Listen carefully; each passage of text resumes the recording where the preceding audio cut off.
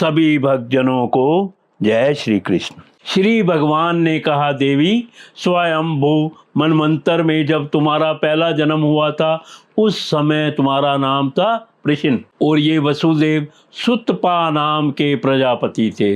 तुम दोनों के हृदय बड़े ही शुद्ध थे। जब ब्रह्मा जी ने तुम दोनों को संतान उत्पन्न करने की आज्ञा दी तब तुम लोगों ने इंद्रियों का दमन करके उत्कृष्ट तपस्या की। तुम दोनों ने वर्षा, वायु, धाम, शीत, उष्ण आदि काल के विभिन्न गुणों का सहन किया और प्राणायाम के द्वारा अपने मन के मल धो डाले। तुम दोनों कभी सूखे पत्ते खा लेते और कभी हवा पीकर ही रह जाते। तुम्हारा चित्त बड़ा शांत था। इस प्रकार तुम लोगों ने मुझसे अभिष्ट वस्तु प्राप्त करने की इच्छा से मेरी आराधना की। मुझ में चित्त लगाकर ऐसा परम दुष्कर और घोर तप करते करते देवताओं के 12,000 वर्ष बीत गए। पुण्यमयी देवी, उस समय मैं तुम दोनों पर प्रसन्न हुआ क्योंकि तुम दोनों ने तपस्या, श्रद्धा और प्रेममयी भक्ति से अपने हृदय में नित्य निरंतर मेरी भावना की थी। उस समय तुम दोनों की अभिलाषा पूर्ण करने के लिए वर देने वालों का राजा मैं इसी रूप से तुम्हारे सामने प्रकट हुआ। जब मैंने कहा कि तुम्हारी जो इच्छा हो मुझसे मांग लो, तब तुम दोनों ने मेरे जैसा पुत्र मांगा। उस समय तक विषय भोगों से तुम लोगों का कोई संबंध नहीं हुआ था। तुम्हारे कोई संतान भी ना थी, इसलिए मेरी माया से मोहित होकर तुम दोनों ने मुझसे मोक्ष नहीं मांगा। तुम्हें मेरे जैसा पुत्र होने का वर प्राप्त हो गया और मैं वहां से चला गया। अब सफल मनोरथ होकर तुम लोग विषयों का भोग करने लगे। मैंने देखा कि संसार में शील, स्वभाव, उदारता तथा अन्य गुणों में मेरे जैसा दूसरा कोई नहीं है, इसलिए मैं ही तुम दोनों का पुत्र हुआ और उस समय मैं प्रश्न गर्भ के नाम से विख्यात हुआ। फिर दूसरे जन्म में तुम हुई अदिति और वसुदेव हुए कश्यप। उस समय भी मैं तुम्हारा पुत्र हुआ। मेरा नाम था उपेंद्र।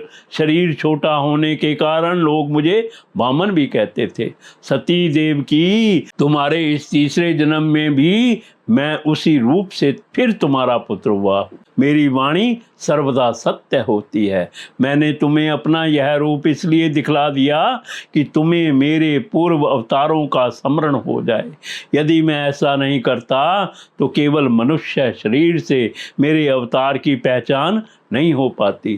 तुम दोनों मेरे प्रति पुत्र भाव तथा निरंतर ब्रह्म भाव रखना। इस प्रकार वात्सल्य, स्नेह और चिंतन के द्वारा तुम्हें मेरे परम पद की प्राप्ति होगी। श्री सुखदेव जी कहते हैं, भगवान इतना कहकर चुप हो गए। अब उन्होंने अपनी योग माया से पिता माता के देखते देखते तुरंत एक साधारण शिशु का रूप धारण कर लिया।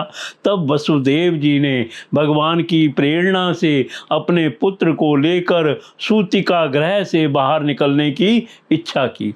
उसी समय नंद पत्नी यशोदा के गर्भ से उस योग माया का जन्म हुआ, जो भगवान की शक्ति होने के कारण उनके समान ही जन्म रहित है। उसी योग माया ने द्वारपाल और पूर्ववासियों की समस्त इंद्रियां, वृत्तियों की चेतना हर ली। वे सब के सब अचेत होकर सो गए। बंदी गृह के सभी दरवाजे बंद थे। उनमें बड़े बड़े किवाड़, लोहे की जंजीरें और ताले जड़े हुए थे।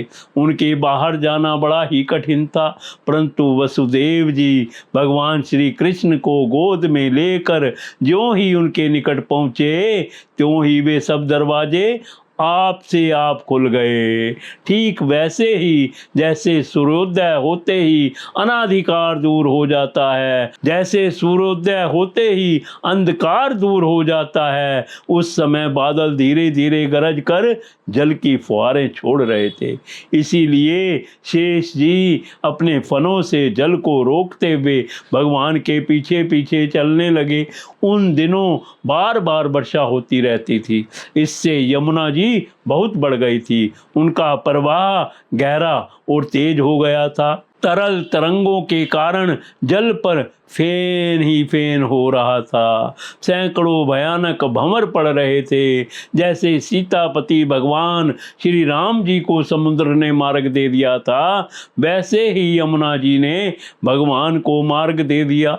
वसुदेव जी ने नंद बाबा के गोकुल में जाकर देखा कि सब के सब गोप नींद से अचेत पड़े हुए हैं।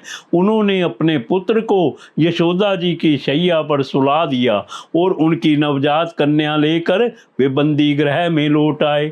जेल में पहुंचकर वसुदेव जी ने उस कन्या को देवकी की शैया पर सुला दिया और अपने पैरों में बेड़ियां डाल ली तथा पहले की तरह वे बंदी गृह में बंद हो गए। उधर नंद पत्नी यशोदा जी को इतना तो मालूम हुआ कि कोई संतान हुई है, परंतु वे यह ना जान सकी कि पुत्र है या पुत्री, क्योंकि एक तो उन्हें बड़ा परिश्रम हुआ था और दूसरे योग माया ने उन्हें अचेत कर दिया था।